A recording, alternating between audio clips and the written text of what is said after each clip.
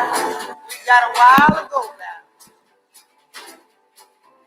Children go where I send you.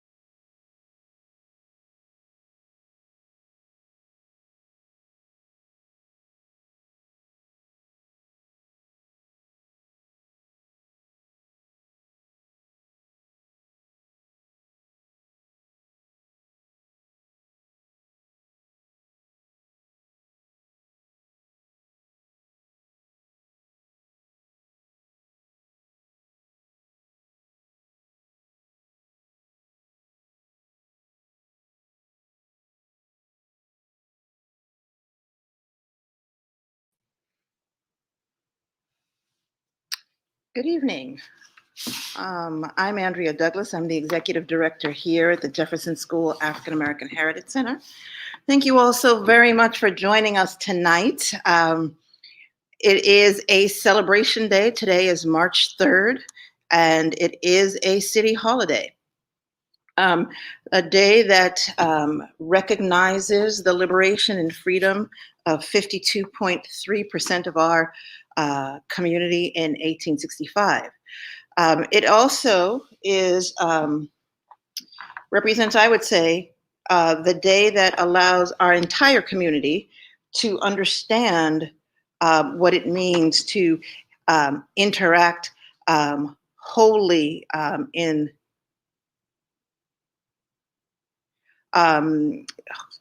interact wholly as a full community. So just by way of background, in 2017, as a consequence of a Blue Ribbon Commission recommendation, we began our first Liberation and Freedom Day celebrations, and we are now in our fourth year of having that celebration. And on July 1st, 2019, Charlottesville City Council established the new holiday of Liberation and Freedom Day, replacing Thomas Jefferson's birthday as a city holiday with this new holiday. So we no longer celebrate Jefferson's birthday and instead celebrate Liberation and Freedom Day. Tonight, we are going to hear from our keynote speaker, Dr. Christy Coleman. But before we do that, I want to do a little bit of housekeeping, and then after that, introduce Siri Russell, Director of Diversity, Equity, and Inclusion for Albemarle County. We want to thank her office and Albemarle County in general for the sponsorship of this event. They have been partners with us in this event and on our Community Remembrance Program since 2018 is when we started that. But if you have been following Liberation and Freedom Day events, this one is, as I said, our keynote. After today, we have several events that go all the way through Sunday. If you want to learn more about that, go to our website, jeffschoolheritagecenter.org.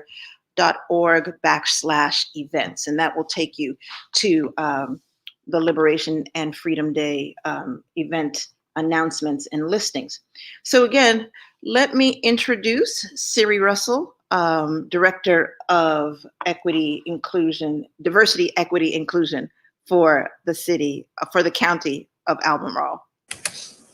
Thank you very much, Dr. Douglas, for the introduction, and also for your leadership and those of the countless community partners that have been a part of putting all of the wonderful events over the course of this week together.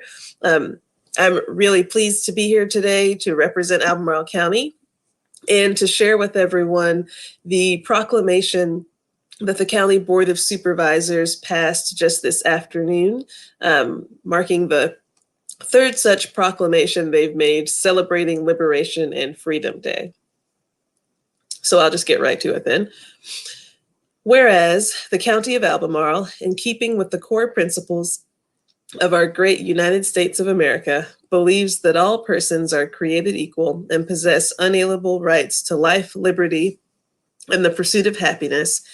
And whereas on the 22nd day of September in the year 1862, a proclamation was issued by the President of the United States containing, among other things, an emancipating declaration.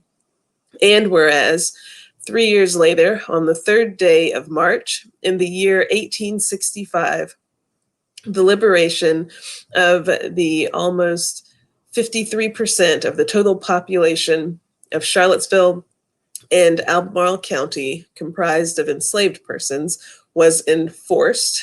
And whereas the Board of Supervisors recognizes the enduring cultural and historical significance of emancipation, acknowledges the universally cherished values of liberty and justice, and emphasizes our common humanity, now therefore be it resolved that the Albemarle County Board of Supervisors do hereby recognize today, March 3rd, 2021, as Liberation and Freedom Day. That was signed this afternoon on at the Board of Supervisors meeting. Thank you guys for your time, and that's all for me. Thank you, Siri. I appreciate hearing from the Board of Supervisors again this year.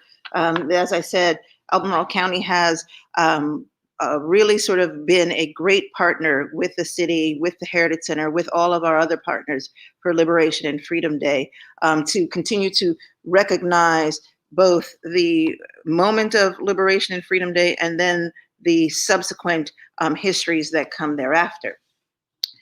So it is my great pleasure to introduce our keynote speaker tonight, Dr. Christy Coleman.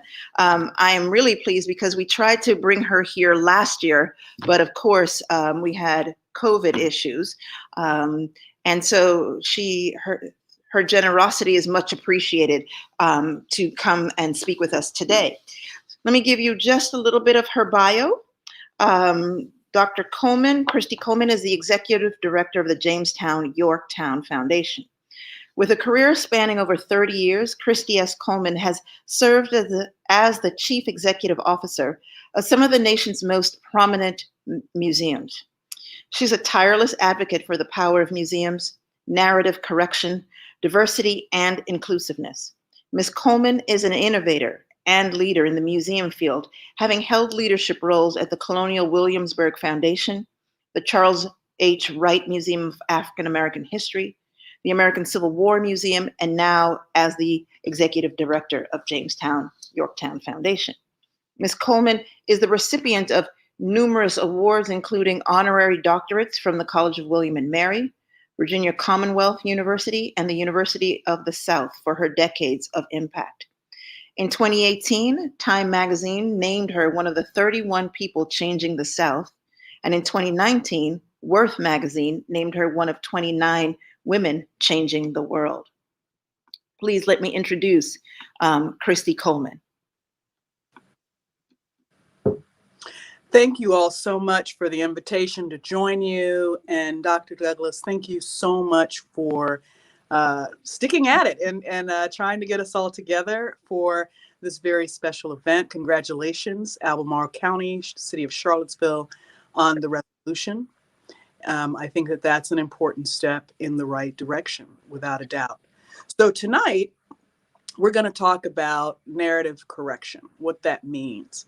And I've been really clear about my language around this because, you know, we all at different points in time have heard critics of attempts to diversify or to strengthen or to make these historical narratives more inclusive as revising history. You're just being revisionist. You're just changing things around that really aren't important, and casting white people aside. I've heard that for most of my career.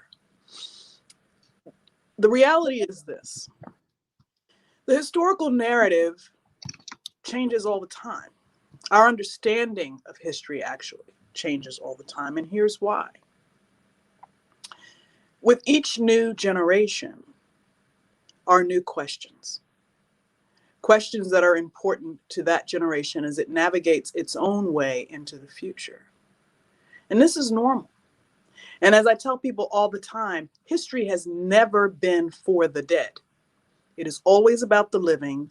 It is always about their condition. It is always about what becomes important to a community as it is trying to navigate a plethora of issues. And in terms of museums, we have often been at the forefront of perpetuating heritage narratives, which are very different from history. And I'm going to explain what I mean. You see, history is the forensic. It's the materials that have been left to us, whether there are diaries or letters or oral histories or archaeology or artifact or family heirloom. Those objects, those things, those stories that are passed from one generation to the next, the forensic that you can look at, handle, what have you, all of that is what makes up the historical, right? The challenge is that most often what we understand as history really is something that has become, that is best described as an agreed upon narrative about ourselves. Okay? And I'll give you a perfect example. For those of you that are watching this, and I wish I could see you, but I'm going to ask you a simple question. When you were growing up, did you hear one of these two things? George Washington could never tell a lie and told his father when he chopped down a cherry tree. And number two, that he had wooden teeth. Did you grow up hearing that? Well, that's a heritage narrative that those that were after the founding generation felt that in order to help keep this young country moving, that they had to create legacies, if you will. They had to create stories. They had to create heritage to bring about what they deemed to be the best values of this young nation. The problem is, over time, well, actually at the time, if you were really paying attention to the forensic evidence, both of those statements are not true. When Washington was growing up, cherry trees did not grow where he lived. So it's highly unlikely that he did it. And then other types of science, social sciences, make clear that people lie all the time. You know, especially kids. It doesn't necessarily mean that they are meant to be harmful or anything else. They can be lies of omission. They could be lies that are told not to hurt someone's feelings. And as a matter of fact, I read something recently through, I think it was Psychology Today, that said, on average, a person will lie at least 30 times a day. And it may be, oh, did you finish that report? Well, you know, I meant to, but I didn't get it. Or, sweetheart, do I look good in this outfit? Oh, you look great. And you know, they look like a mud duck. People lie. Okay. So to put these really high values on a child that would carry forth in adulthood is something that the society needed at the time. But the issue of the teeth is something entirely different because it is a fabrication. The historical record is very clear, as is the physical evidence. There are two sets of George Washington's false teeth that still survive. One is at Mount Vernon. The other is at the American Dental Museum. Both sets of these false teeth collaborate what is in the written record and what he paid for. And that was false teeth made of ivory and the teeth of his enslaved people. Okay? Now that is something else. It helps us really begin to understand and dissect that during periods of enslavement of African descended peoples, that every part of their bodies, every single part of their bodies belonged to their enslaver for whatever use they needed. And in this case, George Washington needed teeth. Okay? Now, we know this. This is historical, forensic fact.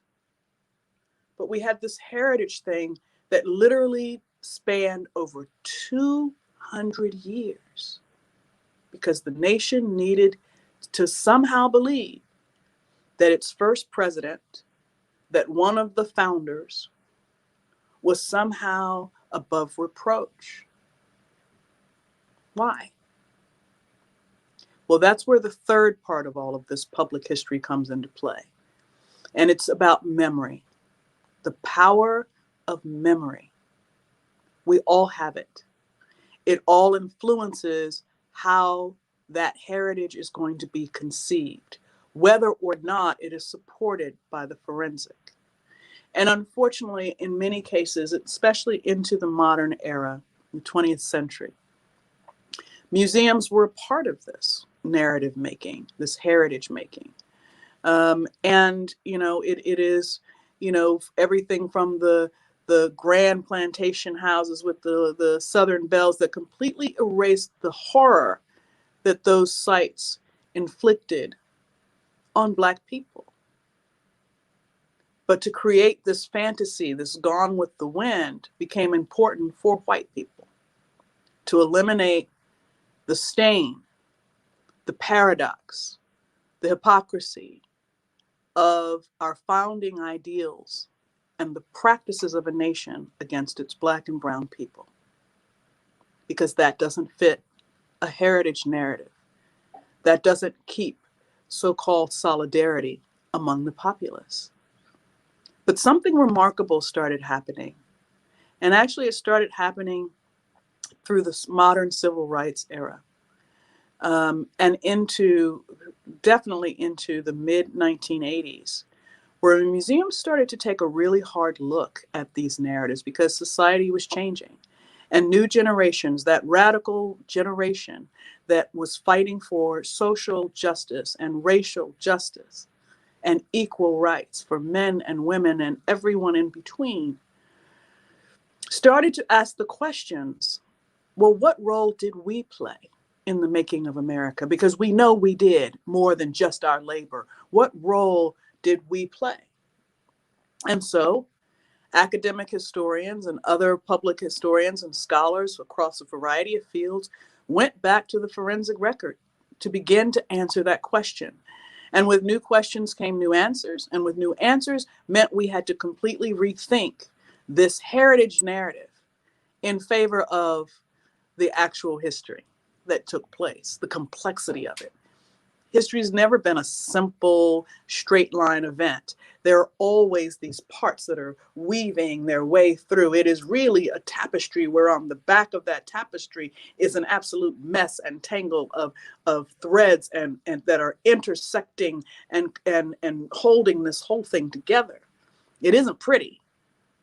But that's what nation making is, especially for a nation and a people that are really as young as America is. Even though we'll be celebrating our 250th since the Declaration of Independence that lays out the ideals that we still struggle to make real, the importance of these narratives are nonetheless still there.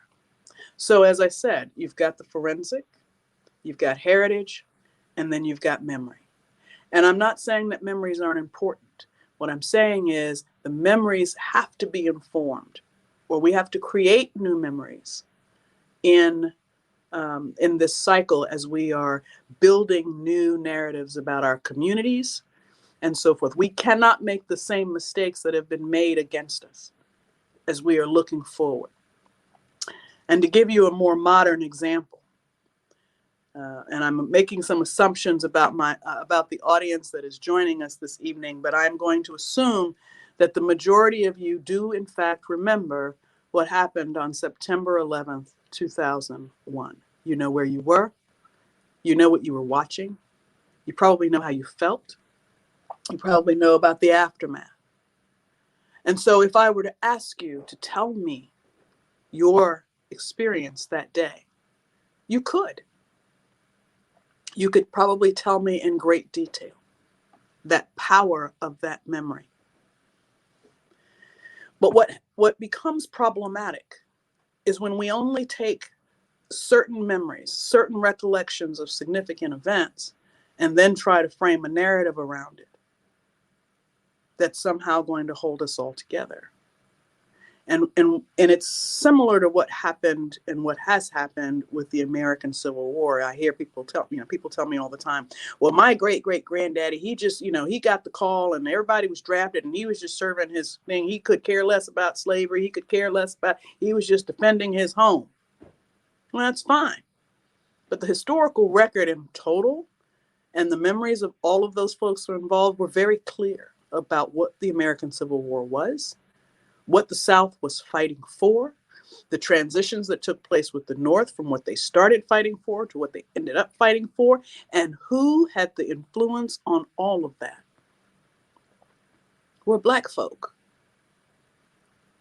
But when you take the central group out of the narrative, you get the lost cause.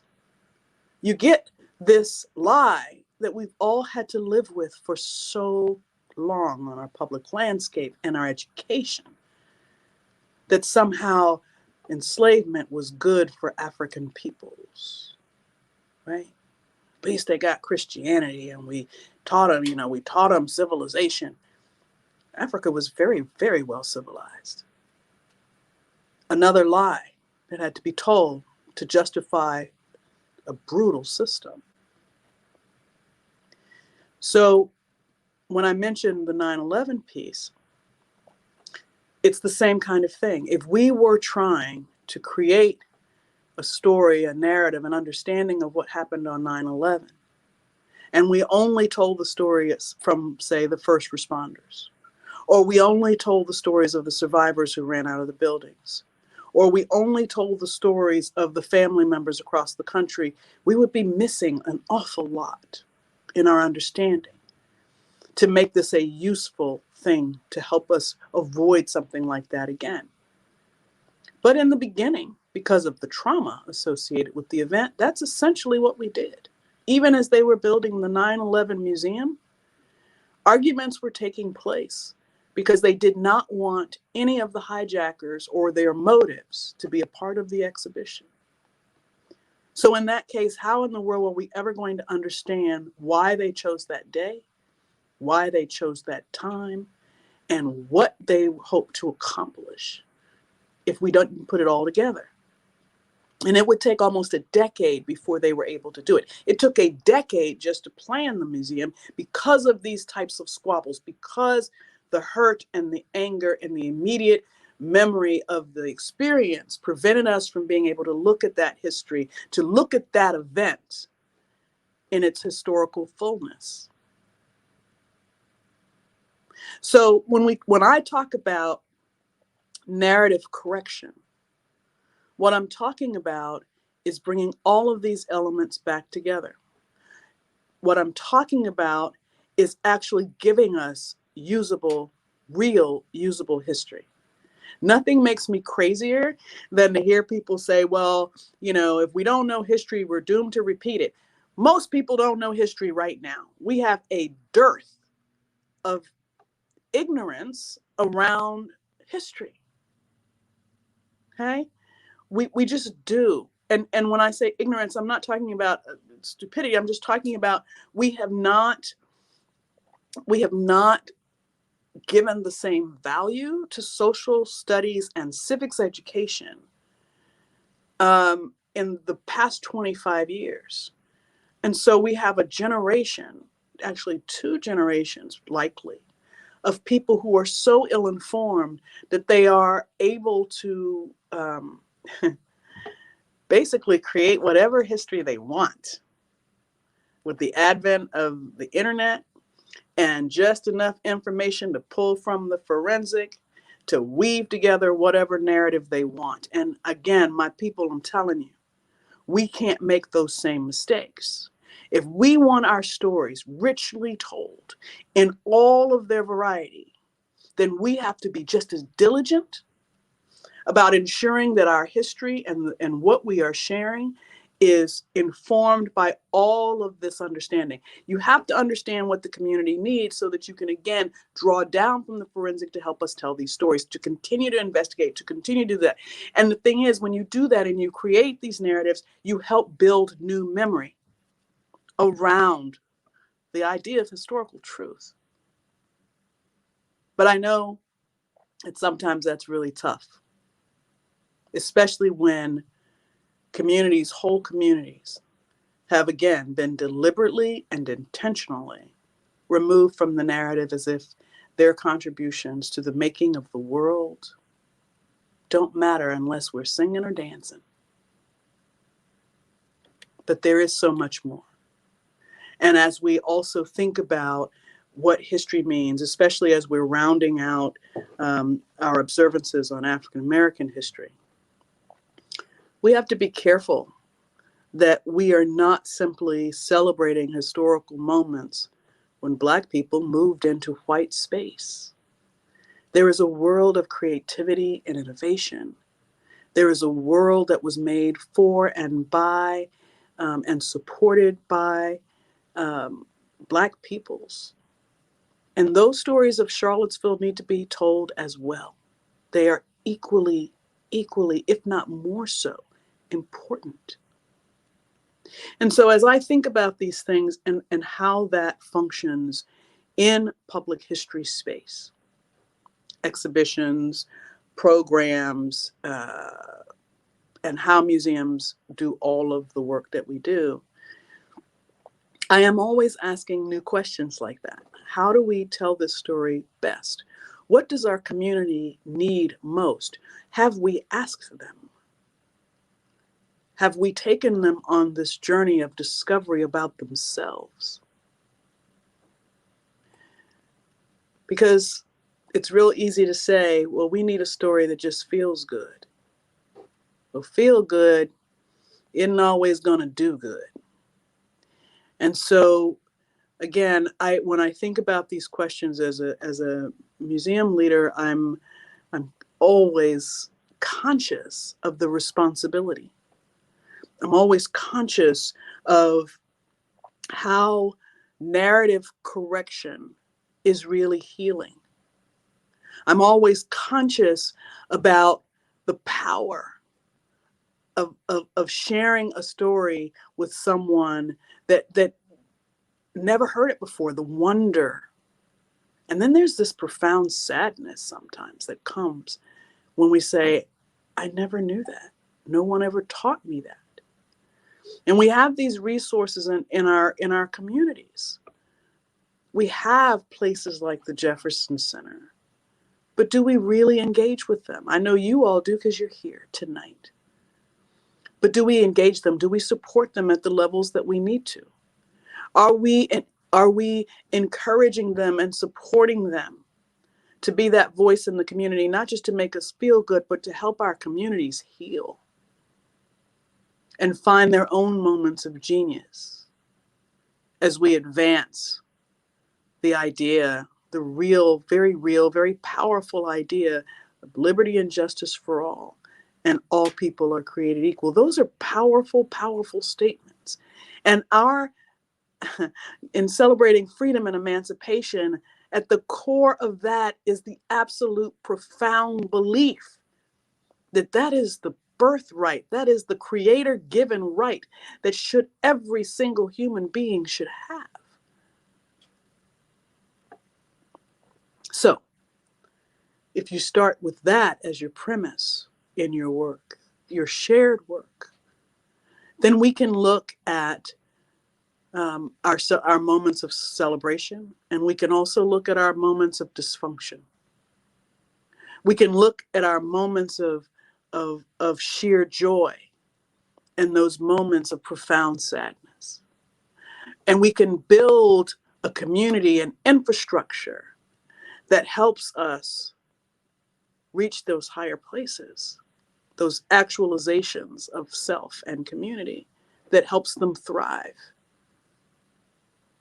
But just as we no longer can accept incomplete narratives, we can't create them either. We have to be in this game to get our shared story right, to get our shared story correct. And we can do that. We really can do that. I am seeing that. I am seeing it because people are demanding it. I am seeing it because people are asking questions. And yes, there is always going to be a backlash. That's what we saw with that 1776 commission from the prior presidential administration. In its final days, issued this extraordinary document that was more about myth making than truth. It was more about continuing to elevate white supremacy against a backdrop, a plethora of forensic evidence that tells us the making of this nation was multi-generational as much as it was multi-ethnic. But that's what they need. And so they're willing to continue to lie. What we need is truth. You cannot have truth. You can't have any kind of conciliatory action until we all understand the history as the record has been left for us. And so that's what I'm trying to do in each of the spaces where I work. And now that I am at the Jamestown-Yorktown Foundation, it is about clearly about what colonialism did. Because the narrative that most of us heard, at least about this place, is the English were the first permanent English settlement in 1607, and they came here, and yeah, they had a few fights with the English, and then, you know, most people only recently, I'd say recently as in the last maybe 10 years, 25 years, where it became common knowledge that the first Africans brought to British North America was in 1619. But that allowed us to expand considerably, and the arrival of those Africans and their impact on the economic viability of this colony is extraordinary. The fact that these people were here before the Mayflower, right? And so, and so these are the kind of stories this is the kind of history that as we begin to dissect it, and we begin to look at all of the elements, as we begin to really explore the Powhatan peoples and other indigenous nations up and down the eastern seaboard that are having to contend with not just the English, but the Dutch and the French and the Spaniards to the south, and Germans. And from our beginning, we have been a nation of many, which is why when this young nation, even with all of its faults, even with all of its contradictions, made its motto, e pluribus unum, out of many, one. Well, if we're going to do that, if we're going to celebrate that tapestry, if we're going to celebrate what that means or think about what that means, we have to get it right. And so at the end of the day, that's exactly what I intend to do. I've now worked to across all of the time periods from early colonialism, indigenous cultures, Central West African cultures, through the early republic, into the Civil War, in the modern era when I worked in Detroit. And now I'm coming back full circle. I've been at this for 30 years and I'm not going anywhere, at least not for a little while, because I think the moment is now. I think we have reached a place, even with all of the pushback, even with all of the resistance, even with the increasing rise of violence, white nationalist violence. The truth of the matter is, there really are more people who want truth than they do. There really are more of us willing to share these stories, willing to learn these stories, willing to get at the root of this history in meaningful ways. And museums are partnered in that work, recognizing the harm that they have caused in the past and correcting it in very real ways. And it is a struggle. It is up and it's down, but it is happening. It is happening every day. And so whether the institutions that we're supporting are ethnic specific or generalists, the bottom line is it is happening. Those allies are there, and the work will be profound. So as we move forward together, again, narrative correction is a powerful, powerful tool. You speak that to power, it becomes real. You never have to have anyone second guess you when you are able to lay it down for them, in front of them, in writing or in that report, to be able to say, this is what happens. But again, don't make the mistake of narrowly focusing yourself like people do in memory. As you are building your understanding, as you are building this work together, make sure that it is comprehensive. Make sure that what you are holding in your hand and telling people is truth, and telling people it's a circle, that you aren't making the mistake, not acknowledging that what you really have is a sphere. So with that, I'm going to pause, because I was asked to give time if people had questions of me during the course of this, and I always love that. And so I am going to conclude my remarks at this point and simply say narrative correction is important because it's about our shared past. It is about our shared meaning. And it is the way forward into the future, a future that is bright, a future that is comprehensive, a future that finally gets us where we say we want to be. But we can't do that if we keep dancing around this past. We simply can't. So with that, I'm going to stop. And again, thank everyone at the Jefferson Center for having me and the invitation. And I think that, if I'm not mistaken, Andrea, are you going to be taking the questions or reading? Yeah, I'm gonna moderate that a little bit. And there is already a question up, but I wanted to ask the writer of the question if I might just jump the line a little bit, because I've got one or two questions before we get into sort of the specifics that I wanted to ask.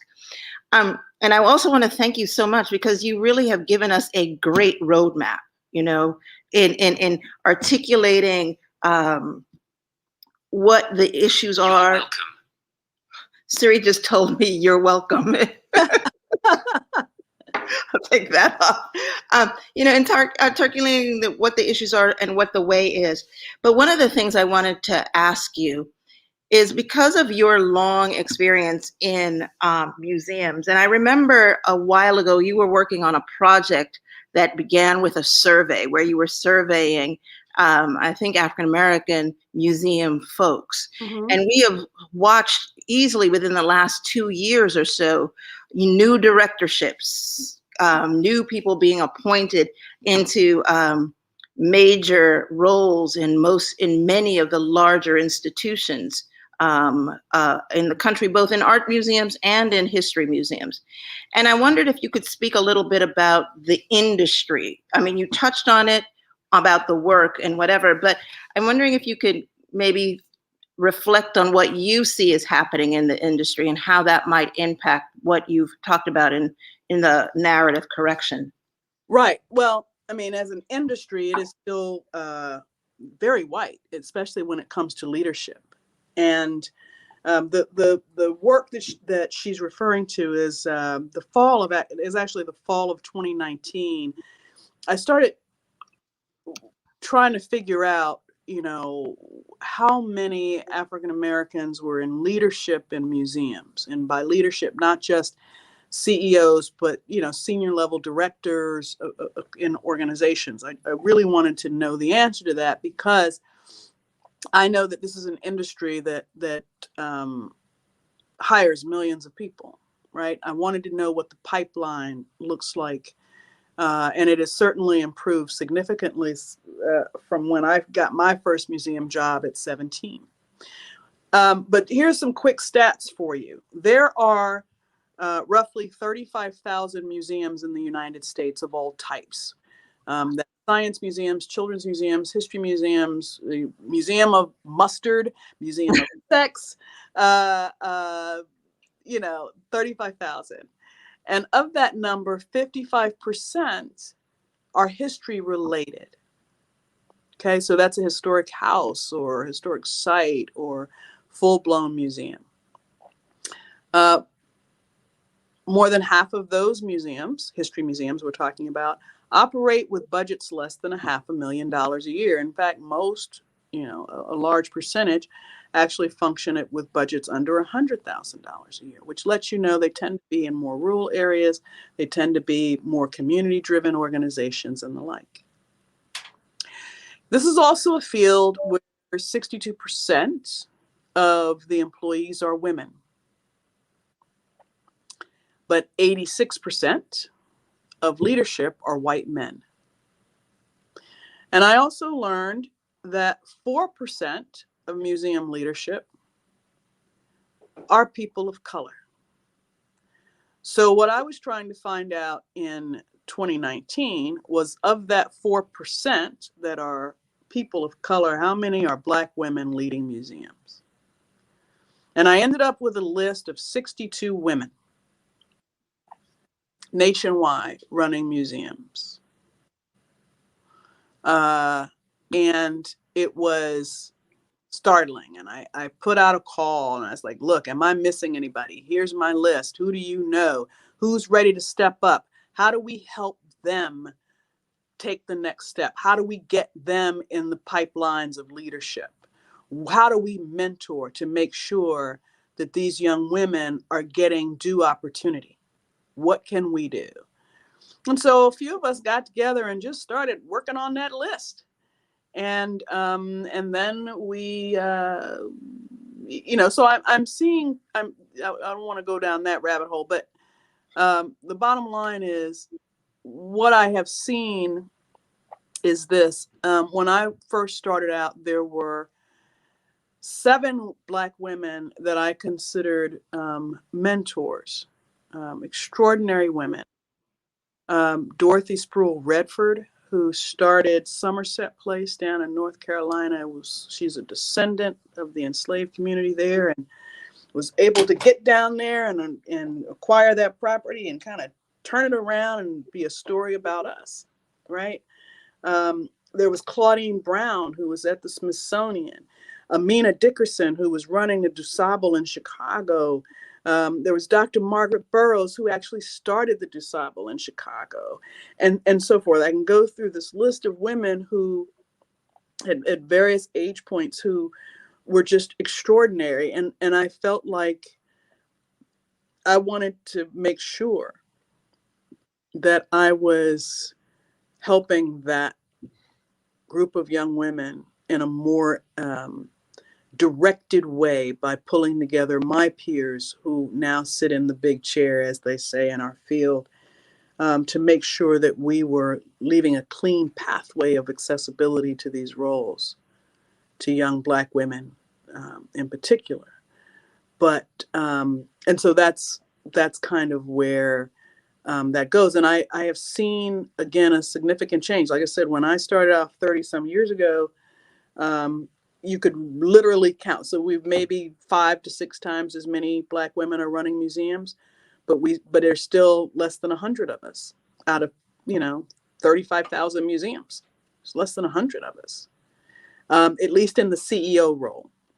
There are several thousand more that are curatorial, that are curators and registrars and educators.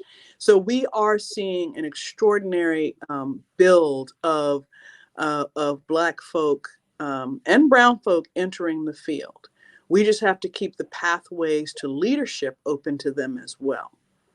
And that often involves, and one of the things that I've been doing is having conversations with search firms about the criteria. You need people with skills, but you're asking questions about specific metrics that only apply to white men because they're the only ones who have been given the opportunity. So let's go back to the skill sets that you're looking for and make sure that the apparatus is in place in the institution to make sure that these women are going to be successful.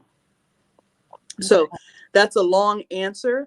I do see a question here. Somebody's asking about what's your take on the news that the first slave ships arrived at Fort Monroe near Hampton, Virginia, and not Jamestown? That's actually true. The ship, you have to understand that the way that trade worked, Point Comfort was like the way station at the mouth of the Chesapeake Bay. So any ship coming in with supplies or goods would have to stop there first.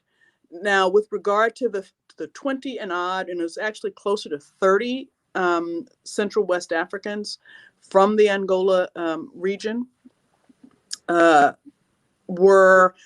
of them were offloaded at Point Comfort and exchanged, and others were then brought upriver and dropped off at Jamestown and then dispersed at that point. So here's the thing that's really important to understand. The Portuguese and the Spanish are trading. The Portuguese have actually colonized Central West Africa, essentially from where modern day, I'd say from about Togo southward through Angola. That whole region of the coastline was actually colonized in the 1500s by the Portuguese. And they were trading in human beings across the Atlantic because of the havoc that they had wreaked on the indigenous peoples in Central and South America. And you have to remember that Africans and Europeans have been trading as early as the 7th century AD. So immunities and all of that had already taken place. And so their decisions, especially in the midst of war between different factions, different nation states that were going on at the time, some of that being exacerbated by the Portuguese, this is where they were getting those captives, those initial captives. So the English were clearly aware of what the Portuguese and the Spanish in particular were doing in terms of trading human beings, again, by the mid-1500s. And in fact, initially, England considered it to be a papist atrocity. That's how they refer to it in the historical record, a papist atrocity. This is something that Catholics did. And the fact that Catholics were baptizing and so forth, Christianizing before they put them on the ships was no excuse in the English mind at that point. But there was also a global race for wealth, and the English were woefully behind. And so the arrival of those Africans at Point Comfort, some who were dropped off at Point Comfort, and then in that same vessel, the White Lion and the Treasure were the names of those two ships, were brought up to Jamestown, and the others were offloaded there. So it's all happening within a few days of each other. And so both statements are true when you say the first Africans arrive at Jamestown or the first Africans arrive at Fort Monroe. Both of those statements are accurate because they're coming from the same ship. I hope that helps. Yeah. So next question from Jelaine Smith. If narrative correction brings all elements, including formerly marginalized ones, together to make real usable history, how does this avoid what Adichie calls the danger of a single story? Well, I think that that's the thing. I mean, history is not a single story. There are strands in this story, and I definitely would not advocate a single story. I think it is that. Oh, that's the problem, in my view, is this idea of wanting to have a single, simple narrative. So I agree wholeheartedly. It isn't one single narrative, but what it is when you correct narratives, you're able to see that there are different versions or different elements of the same story, depending on what lens you're watching and carefully bringing that into fore. I've been doing some catch-up reading and really trying to understand the Algonquin-speaking peoples who occupied this land for at least 12,000 years, right? And reading their accounts and why they and I said reading is mostly about historical record and also the way others responded and what the Native nations themselves, their oral histories that are equally valid, and really trying to understand the very real concern and acknowledgement about the presence of Europeans. And these also here, on these shores as well, complex states, alliances among the Native communities. They have wars amongst themselves as well, depending on the tribe, but they also have these powerful alliances of representative government that actually begins to influence the colonists as they're considering breaking away from the crown. Benjamin Franklin talked about it. He was fascinated by these varying alliances, these confederacies that Native nations had formed, and wondered if they could take these disparate 13 colonies and do something similar. So when you get all of these pieces together, what gets open is a really, to me, a far more compelling story than one simple narrative. I hope that helps. Thank you so much for the question. The next question is, how can we get textbooks to reflect the corrected narrative when local school boards have the power to suppress this? Well, therein always lies the problem. It used to be that as new scholarship came out, it took museums about 3 to 5 years to get that new scholarship in their space. It took another 5 years or so to get that into a textbook. Now, the process is a little shorter now, but here's ultimately the problem. Textbooks are reflections of heritage making, and they always have been. What does this community want its kids to know? So if you're on the West Coast, they're talking more about Spanish colonialism. Because the Spanish arrived in these shores in the, again, 1550s, 1530s, into North America, Central America, and South America. So on the West Coast, that is the experience and the interactions of indigenous people. Yeah, they know, Jamestown and Mayflower and all that, but their primary focus is where they live, because that's what that community needs to understand. But at the same time, the challenge comes to play because you're right. More often than not, textbooks have been political pieces, and they can often be full of propaganda. And so how do you do that? How do you fix that? Well, I've been encouraging my peers in the museum field to stop, and as well as academic colleagues, to stop being reactionary to textbooks and actually become proactive.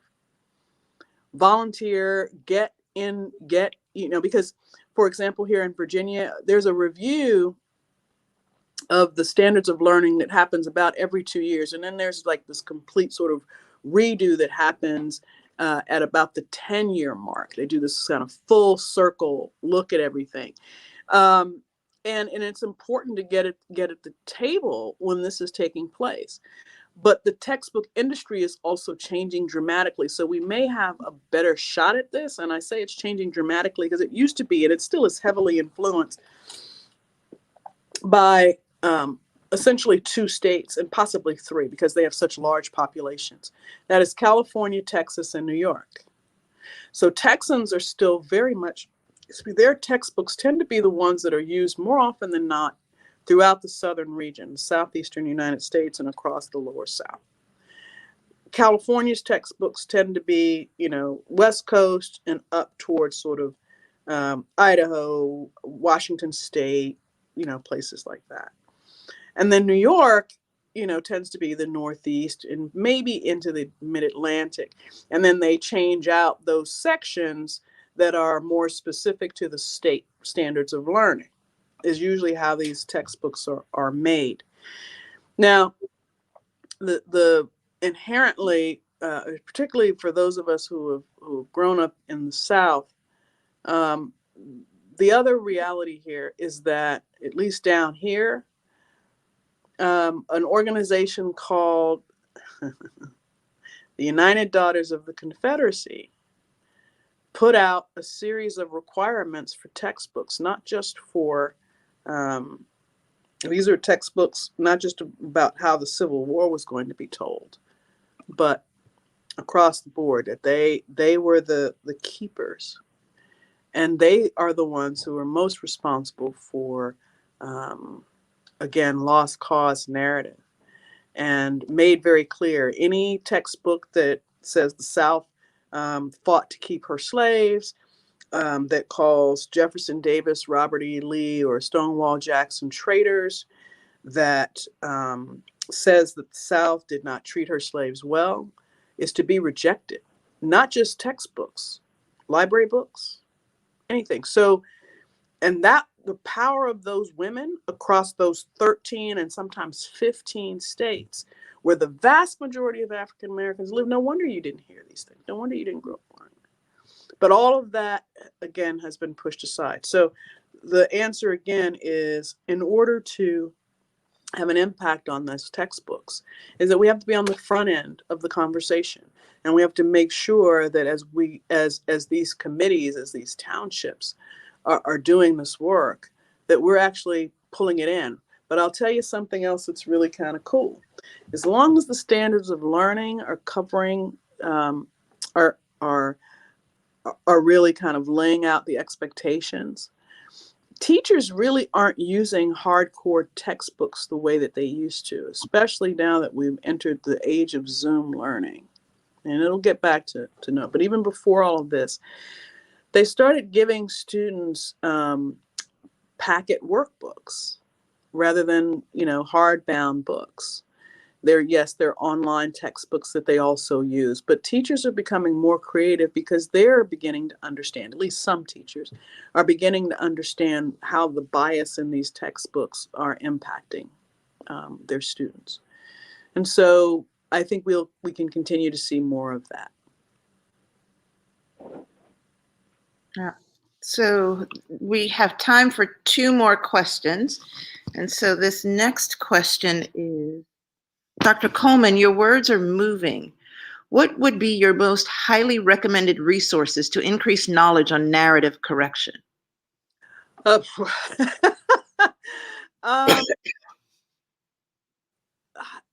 Okay, so that book hasn't been written yet.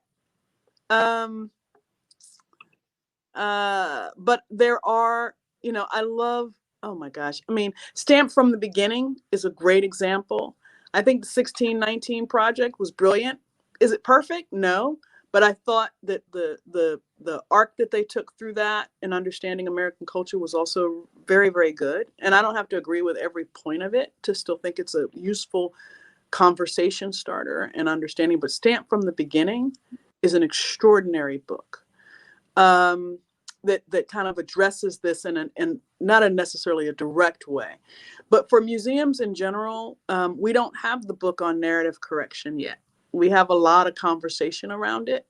Part of my desire when I started doing that research back in 2019, and it seems like so long ago, was that I was wanting to write that book. I wanted to write that leadership book on transforming our institutions, and I just didn't get a chance to. I got a new job, and then I started the new job in January 2020, and then, I was in the job 6 weeks, and boom, I had to shut down for 21 weeks.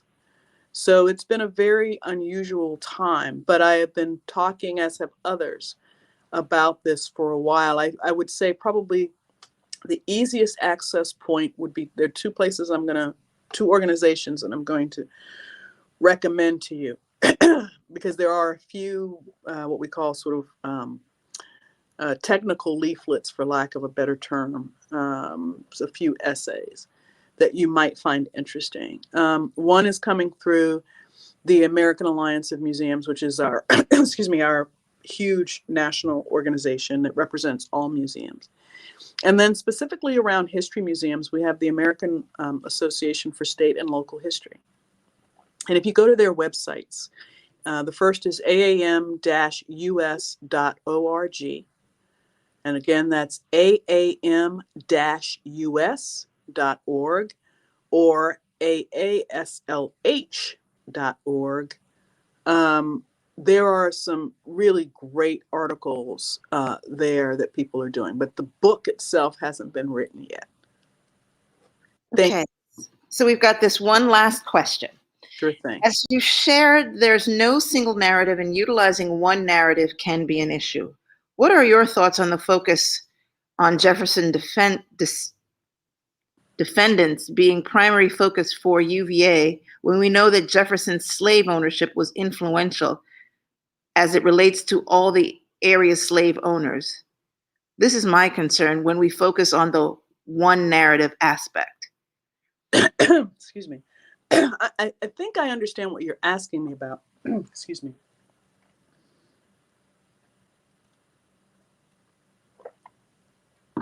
I think I understand the question that's being asked. So, you know, here's the thing. And you all might get really mad at me right now. But I think that the narrative of Jefferson solely as a slaveholder is also problematic. He absolutely is a slaveholder. His slaveholding provides to him wealth. It gives him time. It gives him opportunity to think about these things and read these books and travel the world and live a life of leisure. We get that. I get that. Right? And to suggest that he is the epitome of slaveholding Virginia and Albemarle County at the time is patently wrong. I mean, Jefferson is experimenting as much with the lives of his people as he is with his own house. And so he's not sort of this model slaveholder for better or worse or whatever that could possibly mean. He's just not. He is a deeply interesting, deeply complex, deeply racist, deeply sexist man who is also happens to be pretty damn brilliant, who also happens to give us the language of our fight, right? So again, I don't think, again, single narratives are of much use, really. I think we have to be willing to look at all of those things so that when we are making decisions about what is collectively how we want to remember something, or collectively about how we want to honor something, or ensure that we're no longer honoring it, or whatever that is, that we bring the complexity to it that we can in understanding it. You know, I will say this, because somebody asked me, and I'm going to close on this remark. I was asked because, you know, as you heard during the intro, I used to be the CEO of the American Civil War Museum. And I got to deal with some pretty interesting people in that role. And when conversations about removing Confederate statuary and symbols from the public landscape started around 2015 and certainly in 2017 and beyond, I was asked, well, Jefferson was a slaveholder too. Were you going to take down his statues? I said, well, at the end of the day, if a community thinks that that's what they need to do, then that's what they need to do. But here's the difference between Thomas Jefferson and Jefferson Davis. Thomas Jefferson created something, articulated something that was universal. Jefferson Davis went to war for the sole purpose for white supremacy. Even if white supremacy is being practiced during during Jefferson's time, and we know it was. He is not going to war to preserve it. Not the way that the Confederacy did. So much so that they put it in their Constitution. So much so that every single article of secession deals with this issue. And so with that, I'm going to stop because we are now at 7:06, and I know I've run over time.